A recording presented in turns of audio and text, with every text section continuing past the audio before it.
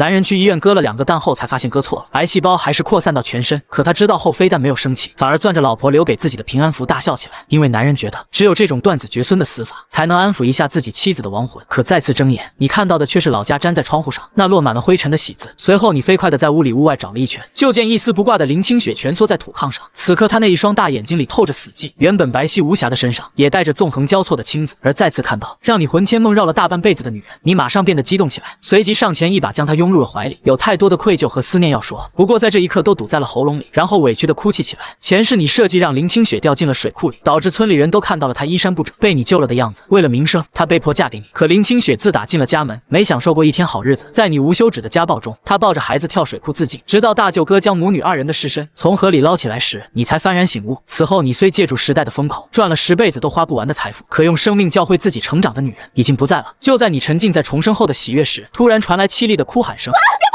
此刻看着林清雪浑身哆嗦的样子，你才想起这回林清雪是从娘家借钱给孩子买米糊，却被你抢走拿去买酒喝，更是喝醉回家后在床上粗暴地折磨她。想到这，你扬手狠狠地抽了自己10几个大嘴巴子，很快血顺着嘴角流了下来。林清雪静静看着你的举动，忍不住讽刺一笑。她已经记不清这是多少回了，毕竟每次酒醒后你都会下跪求原谅。可过不了2天，你的拳脚会再次落在林清雪的身上，她可以屈辱地忍受你在床上的折磨，但却忍受不了娃娃饿得没东西吃，娃娃虚弱的啼哭声，引得林清雪漂亮的凤眸中有了一丝生机。她慌乱地披上衣服抱起女儿，只是因为林清雪长期营养不良，导致吸不出奶水的小家伙又嗷嗷大哭了起来，而女儿的哭声也将你惊醒，立即下床捡起地上的衣服。媳妇儿，你等着，我这就去给咱妞弄点吃的。说着，你迈着大长腿往村头的小卖部跑去。小卖部的老黄头看到你后，呲着大黄牙问道：“这次要啥酒？”黄老叔，赊袋米糊成不？钱明天就给你。老黄头听你又要赊账，打量起你脸上红肿的巴掌印，只是在想到你家里那对可怜的母女后，什么话也没说，从货架上给你拿了袋米糊。你感激的道了谢后，匆匆往家里赶。等来到屋内，见到自己老婆还是出门时那样，你心里再次忍不住一阵绞痛。媳妇儿，米糊买回来了。听到你的话，林清雪顿时警惕了起来，苍白的小脸上满是惊恐。我警告你，不准卖我女儿！我诅咒你赵家断子绝孙！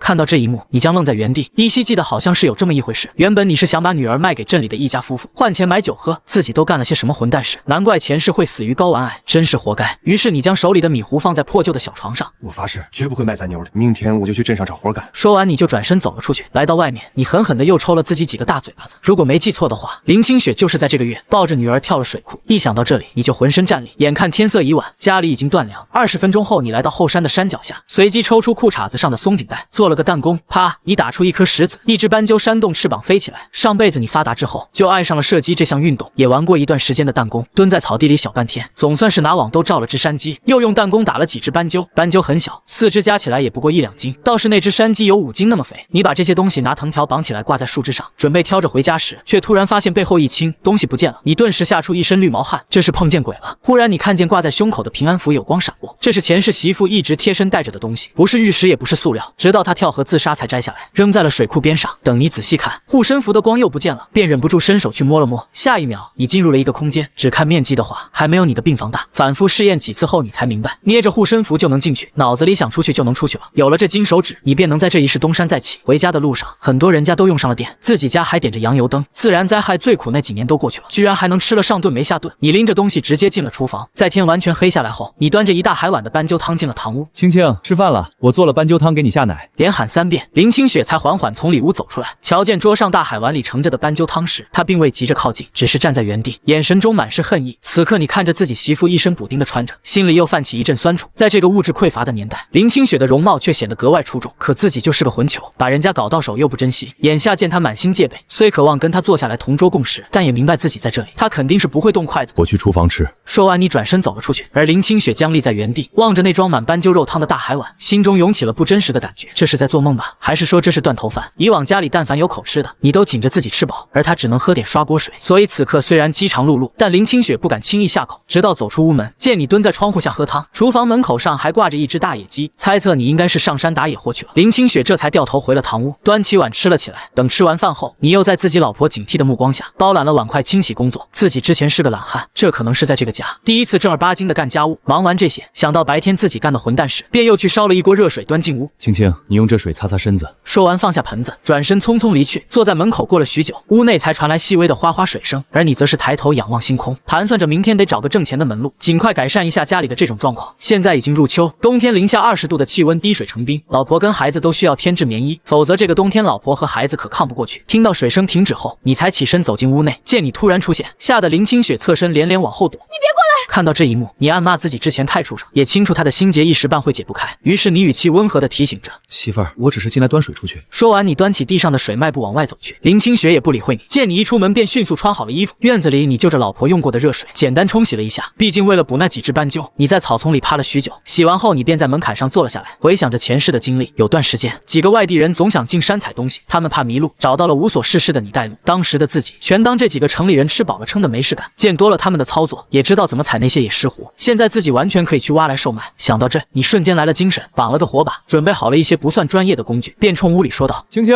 你拴好门，我出去一趟。你这一出去就是一宿，直到凌晨4点才回到家。说起来也是运气好，下山时意外发现了一个果子狸窝，掏出了几只还没睁眼的小果子狸，回到家里利索的处理好，留了一只放在厨房后，就挑着2箩筐来到镇上。镇上逢单日子有急事，你找了个人多的地方，把果子狸的肉和皮从箩筐里取出来。小伙子，山货不错呀！你原本想着卖不出去，就拿回去一锅炖了，给大哥、二哥、三姐家分一些。没想到刚摆好东西，就有人询问果子狸肉的价格。老头和老太太见你一个大小伙，晒得黑黢黢的，一看就是山里人，加上价格实惠，一口气要了2只。这年代吃肉要肉票，就只有这种山货可以买了。回去给小孙子打打牙贼。临走，老太太还揪着老头衣服试一他，顺带剥下了所有果子狸皮，说是给家里的小孙子做手套。就这样，不到2小时的时间，果子狸已经全部卖了出去。随后，你带着昨天采来的大伙，去到镇上的老字号药房。当你拿出东西时，顶着厚重玻璃片的老头眼睛都看直了，小心翼翼地接过大伙，仔细地端详一番，随即伸出手比了个价格。小兄弟，这个价儿……你看到他开的价格，眉头微微一皱，这人把自己当山里的乡巴佬坑。于是你伸手就准备收回自己的东西，见状，老头伸手按住你，随即摸着山羊胡子安抚道：小兄弟，价钱不满意，咱可以再商量嘛。6张大团结。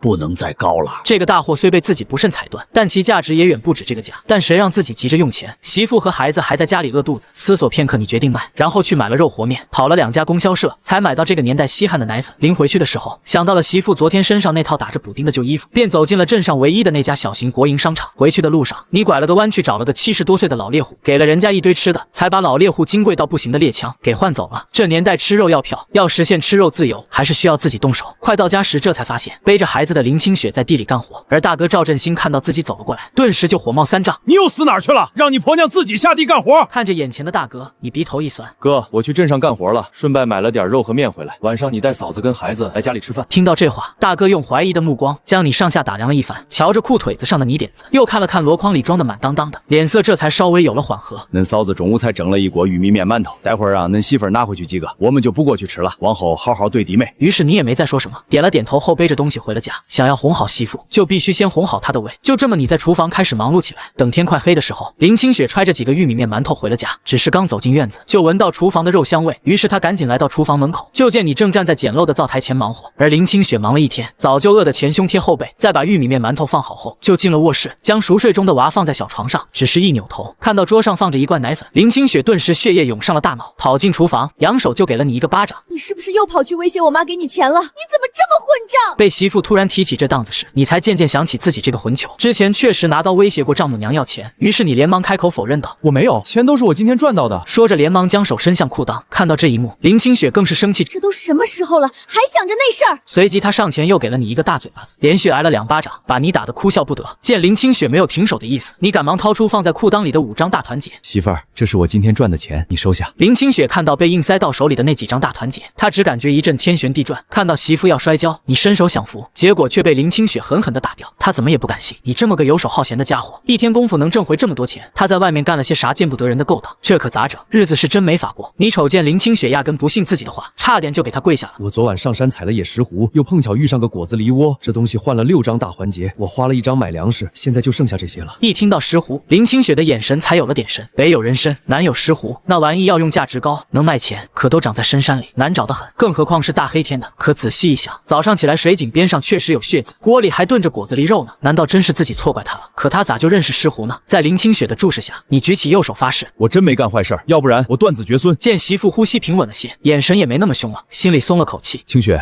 你赶紧把钱收好，我去给大哥家送点肉，让他们也尝尝鲜。虽然钱藏空间里更安全，但给媳妇交钱那就是交家权。随后你端起一盘爆炒果子狸肉，还有炖好的鲫鱼豆腐汤，放到堂屋桌上，然后又回厨房盛了满满一碗肉，朝大哥家走去。路上还把欠老黄头的米糊钱和之前的酒钱给还了。而林清雪则是瞅着手里的大团结，匆匆回了屋。嫁过来2年多，向来都是你从她那搜刮钱财，这还是你头一回主动交钱。于是她把钱拆了5份，分别藏了起来。弄好这些，听到外面传来沉稳的脚步声，她从屋里走出来，瞅着桌上冒着热气的一菜一汤，一时有点恍惚，随即又去厨房瞅了一眼，面缸满了大半，油罐子也满了，房梁上还挂着一条10几斤重的五花肉。他真的改了吗？此时林清雪不敢确定，毕竟狗改不了吃屎。见林清雪坐下，你便往他碗里加了只山鸡腿。我明天一早就上山，趁着冬天还没到，赶紧把能挖到石斛的地方都踩一遍。毕竟目前这是来钱最快的法子，等全国放开了，好拿着钱去投资别的。听到你的话，林清雪愣了一下，点了点头，啥也没说。昨晚他就算是走了狗屎运，踩到一颗石斛，哪能回回都那么走运？林清雪本想提醒你，真想挣钱就找份工作，一天虽然就几毛钱，但总比没收入强。可一想到你的性子，只要不出去乱赌，喝酒也就随你去了。他拿着筷子想把碗里的山鸡腿夹回去，你见他这样，赶紧拿孩子当借口制止。媳妇儿，你太瘦了，多吃点，不然孩子都没奶喝。奶粉再好也比不上母乳，而且奶粉又贵又不好买。说着，你又把炖的鲫鱼豆腐汤往他那边推了推，这叫鲫鱼豆腐汤，喝了下奶。这话惹得林清雪瞪了你一眼，握着筷子的手骨节泛白，但也没再拒绝。今天你折腾了一天一夜，又困又累，家里的生计问题总算解决了。填饱肚子后，便直接说道：“媳妇儿，我先睡了。”说着起身弯腰进了里屋，倒头就睡着了。等林清雪洗完碗筷回屋，看到地上你脱掉的衣服，眉头一皱，然后捡起来，趁着月色把衣服洗了。忙完后，他拖着疲惫的身体回了卧室，脚下一不留神踢到了箩筐。林清雪拾起来一看，竟是一套崭新的女人衣服和3套婴儿穿的小衣服。于是他盯着已沉睡的你看了好一会，这个人他有点看不懂了。你这一觉睡的那叫一个昏天暗地，夜里头闺女醒了2回，愣是没把你给闹醒，一直到清早，你才迷迷糊糊的睁开了眼，翻过身，瞅见林清雪蜷缩着身体背对着自己。此时她只穿了件破旧的小背心，看得你直冒唾沫星子。毕竟上辈子林清雪死后，自己再未找过女人，于是伸手把人揽入怀中，这一切就跟做梦似的，那么不真实。刚想低头亲一口时，怀里的媳妇身子突然就僵了，明显很抗拒自己的接触。于是你强压下心中的苦涩，翻身下了床。这段时间只能先委屈一下，从晾衣绳上取下洗干净的衣服，你也顾不上没干，就麻溜的套上，然后蹑手蹑脚的将箩筐里的东西拿出来放在桌上。这时候床上的林清雪坐了起来，冷脸冲着你说：“你要是真的想改，就找个活干，只要肯出力，1个月也有10几块钱，咱家日子也能过得去。”听到媳妇主动跟自己说话，你心中一喜，知道是林清雪在为自己考虑。可老天给了你重活一世的机会，自己必须得在全面放开的时候攒够启动资金。上一世他们母女走后，你宛如丧家犬似的在外面流浪了一些日子，后来遇见了贵人，才有机会在国营商店做服务生。因为嘴甜会说话，渐渐被提拔做了经理，也因此才有机会跨阶层接触那些大人物。这辈子自己要靠着双手尽快挣到第一桶金，所以打猎采石斛是现在最快的挣钱方式。更关键的是，自己现在拥有上辈子的记忆，知道在哪些地方有石斛，这么好的机会，你怎么可能放过？只是目前不知道怎么跟媳妇解释，为啥要坚持上山采石斛。林清雪见你迟迟不吭声，知道这人驴脾气上来了，索性拉起被子又躺下。厨房灶台的锅里还有给你留的玉米面馒头。听到他的话，你剑眉一挑，脸上满是掩不住的喜，随即来到床前，在林清雪的脸蛋上亲了一口。媳妇，我昨天跟咱大哥讲好了，你今天不用去给他们搭把手了，厨房的猪肉得空了，就给俺丈母娘送一半过去。而林清雪见你靠近，以为惹恼了你，又要动手打自己，可没想到竟被你给偷袭了。你说了些啥也没听清，也没瞅见，你走之前还亲了闺女一口。等她回过神，你早就没影了。昏暗的屋子里就剩下她和睡在小床上的闺女。虽然天还早着，可她翻过来覆过去，愣是再也睡不着了。就这么在床上躺到太阳晒屁股，就听到外面有人拍门：“二嫂，这么早过来，有事吗？”刘桂华眼珠子滴溜的往厨房内打转，笑的那叫一个是快。老四媳妇，我听大嫂说，昨晚你家吃肉了，你们家老四是不是赌钱赢大发了？说着也不等回话，脚丫子就跟长了眼睛似的，直往厨房门口摸。乖乖呀，这老四该不会去偷去抢了吧？这么大块肉得花多少钱呢？他家可是有小半年都没见过荤腥了，孩子闹了好几天都没舍得买，好不容易把眼睛拔出来，可又瞟见黑漆漆的墙上竟然还挂着半只山鸡，他顿时就不淡定了。老四家的，你可得看好你家男人，赌博搞不好还要去劳教。林清雪听他这么说，脸色一点点低沉了下来。二嫂，你说这得啥话？要是犯法，自然有公安逮他，不用二嫂你操这份闲心。刘桂华还想再说啥，可眼珠子咕噜一转，像是想到了什么，把到了嘴边的话又咽了回去。你也别恼二嫂，我这不也是担心咱家老四吗？我家那口子跟他可是亲兄弟，我家小宝闹着想吃肉都馋哭了，你看能不能先借5斤肉给我，回头我让你二哥给你们送钱来。这2年多的相处下来，林清雪心里跟明镜似的，早摸透了这个二嫂是个什么货色，东西进了他家就是肉包子打狗，这一张口就是5斤肉，别说自己不敢做主借给他，就算是有当家权也不可能。能，这么大事我做不了主。二嫂，你等老四回来跟他说吧。说着走过去把厨房门给拴上了。刘桂华见他这副样子，心里十分不痛快。那行，等老四回来，你记得跟他说，把肉帮我送家里。扭身走的时候，刘桂华脸上的笑挂不住了。这边山上眼瞅着快晌午了，你靠着前世那点记忆，费了好一番功夫，才寻见一株野石斛。有了昨天抹黑的经验，等石斛露出大半个根系时，也已经到了。